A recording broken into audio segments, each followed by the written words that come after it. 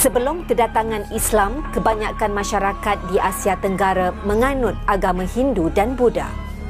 Mereka menetap di bandar-bandar pelabuhan Aceh, Pasai, Perlak, Melaka, Brunei, Gresik, Terengganu, Patani dan Makassar.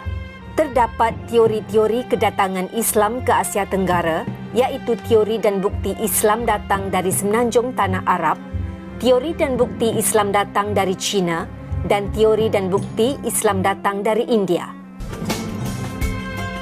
Teori dan bukti Islam datang dari semenanjung tanah Arab telah dikemukakan oleh John Crawford dan Profesor Syed Muhammad Naqib Al-Atas.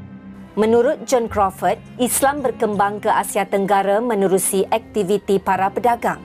Bukti catatan Cina yang mengatakan bahawa orang Arab dan Parsi telah mempunyai pusat perniagaan dan pertempatan di Canton atau Amoy sejak tahun 300 Masihi.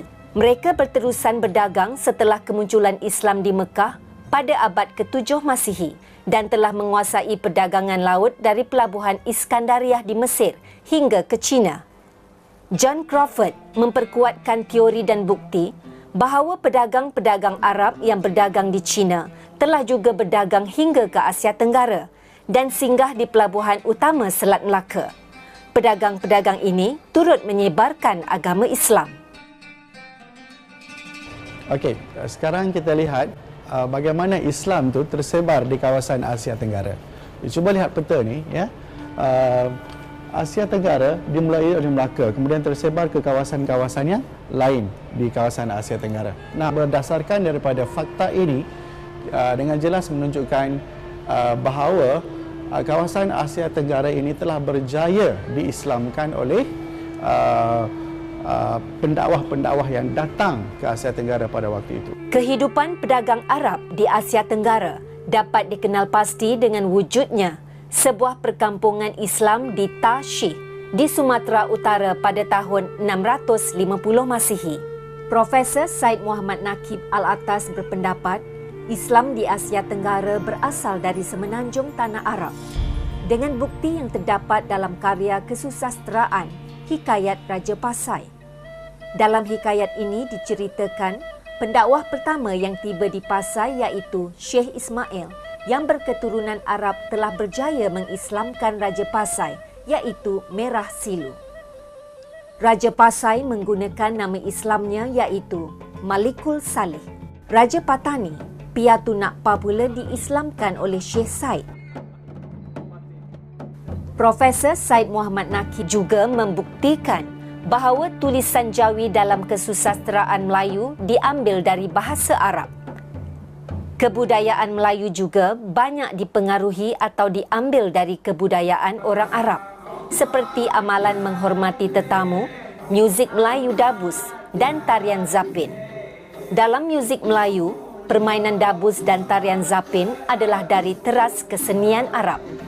Besarlah niat dalam hati.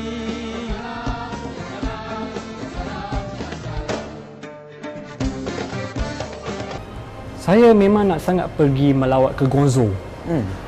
Ada sesuatu saya nak cari di sana. Awak tahu tak nama asal Guangzhou?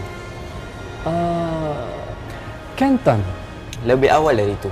Ada nama lain ya? Namanya Kanfo. Islam itu datang ke Asia Tenggara melalui negara China. Immanuel Gadinho Garridia memberi alasan bahawa Kanfo atau Canton, sekarang dikenali sebagai Guangzhou, telah menjadi pusat perniagaan yang terkenal di kalangan pedagang Arab yang beragama Islam. Mengikut SQ Fatimi, terdapat ramai pedagang yang berpindah secara beramai-ramai ke sebuah negara kota iaitu Canton ataupun dikenali sebagai Amoy di sekitar tahun 876 Masihi. Semasa mereka berdagang ke Asia Tenggara, mereka turut menyebarkan agama Islam. Bukti untuk mengukuhkan kenyataan SQ Fatimi ini ialah adanya satu bukti yang sangat jelas di kawasan Asia Tenggara iaitu batu bersurat yang dijumpai di Kuala Sungai Tersat, Terengganu. Batu bersurat ini dikatakan pernah ditemui oleh seorang pedagang Arab yang bernama Said Hussein Ghulam Al-Bukhari.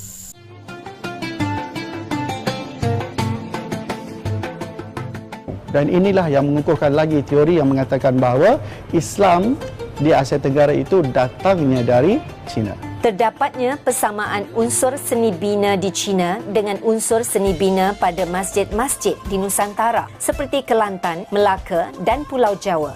Persamaan seni bina ini telah membuktikan bahawa Islam datang dari China. Teori dan bukti Islam datang dari India dikemukakan oleh ahli sejarah Belanda, Snoek Hagbronje. Beliau memberi alasan Islam berkembang ke Asia Tenggara melalui wilayah Gujarat dan pantai Coromandel sejak abad ke-13 Masehi. Hubungan yang begitu lama wujud di kalangan pedagang India membolehkan pedagang India Islam menyebarkan Islam ke rantau Asia Tenggara. Terdapat bukti persamaan pada mamar batu nisan di perkuburan Malik Ibrahim di Gresik, Jawa dan batu nisan Malikul Salih yang mempunyai ciri-ciri buatan India. Faktor-faktor penyebaran Islam di Asia Tenggara ialah perdagangan, perkahwinan, pengislaman raja dan golongan bangsawan, kelahiran kerajaan Islam, peranan pusat kebudayaan, peranan mubalik, keistimewaan Islam.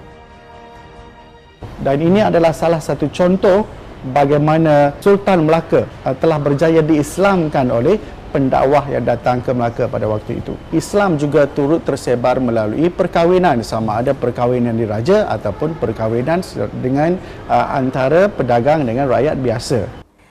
Perkahwinan puteri-puteri Sultan Mansur Shah dan Sultan Muzaffar Shah dengan putera-putera Raja Siak, Indragiri dan Jambi di Sumatera Utara. Peranan yang dimainkan oleh Melaka pada waktu itu telah menyebarkan ajaran Islam ke negeri-negeri lain di kawasan Asia Tenggara.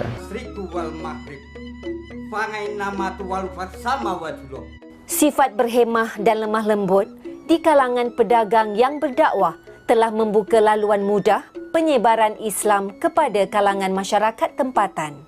Ini dari segi peranan pedagang itu sendiri.